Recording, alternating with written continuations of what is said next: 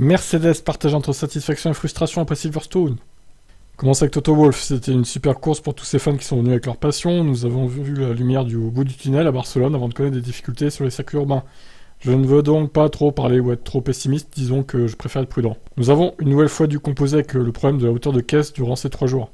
Mais on a affiché un bon rythme ce week-end, ce qui est à la fois plaisant et ce qui signifie que nos Evo semblent fonctionner. En Autriche, il y aura certains types de virages qui n'ont pas réussi à notre voiture par le passé. Mais c'est un processus d'apprentissage constant pour nous. Ce sera très difficile de nous imposer cette année, mais nous devrons faire le nécessaire pour maîtriser et comprendre les performances de la voiture. C'était décevant pour George de ne pas être dans cette course car le rythme était bon. Mais il y a des règlements et c'est comme ça malheureusement. Lewis a réalisé une grande course, nous avions la victoire à portée de main et rattrapions les Ferrari. Mais après le passage de la voiture de sécurité, nous avons quelque peu perdu notre élan. Je suis heureux que la course en Autriche arrive très vite, ce serait une nouvelle chance pour nous de continuer à apprendre. Alors Andrew Chauvelin, c'est difficile pour l'équipe de savoir comment réagir après une telle course. D'un côté, c'est frustrant de n'obtenir qu'une 3ème place, car avec les 2 voitures, nous aurions pu nous battre pour la victoire et marquer davantage de points. De l'autre côté, nous pouvons être satisfaits de nous être battus à l'avant. Après un début de saison très difficile, beaucoup de travail a été réalisé par les équipes de Brackley et de Brixworth pour réduire l'écart de cette façon. La course de George ne fut pas très longue. Nous savions que nous prenions un risque en le chaussant en pneus durs. Mais nous n'avions pas anticipé qu'il serait aussi difficile de s'élancer sur la grille.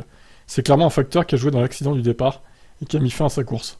Ouais, j'ai pas compris non plus pourquoi l'avoir mis en dur, c'est pas comme s'il partait 15ème non plus quoi. Un petit médium, ouais, ça aurait été logique.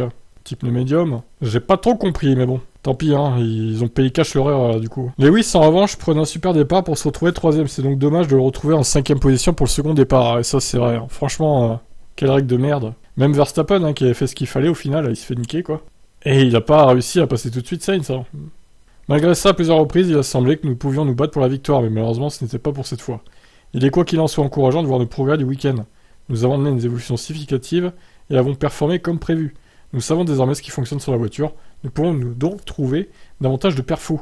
Nous avons maintenant quelques jours pour tout analyser avant de nous rendre en Autriche. Il y aura donc beaucoup à faire en peu de temps. Mais on est excité à l'idée d'y aller et nous avons l'espoir de nous battre à nouveau à l'avant.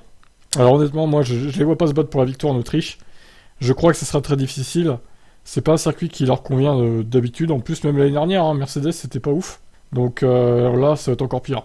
Je pense que malheureusement, ça va être de nouveau 5 et 6. Et pour voir une belle perf de Mercedes, il faudra attendre le Grand Prix de France. Le Grand Prix d'après, quoi. Mais bon, j'espère me tromper. Allez, qu'est-ce que vous en pensez, vous? Ciao.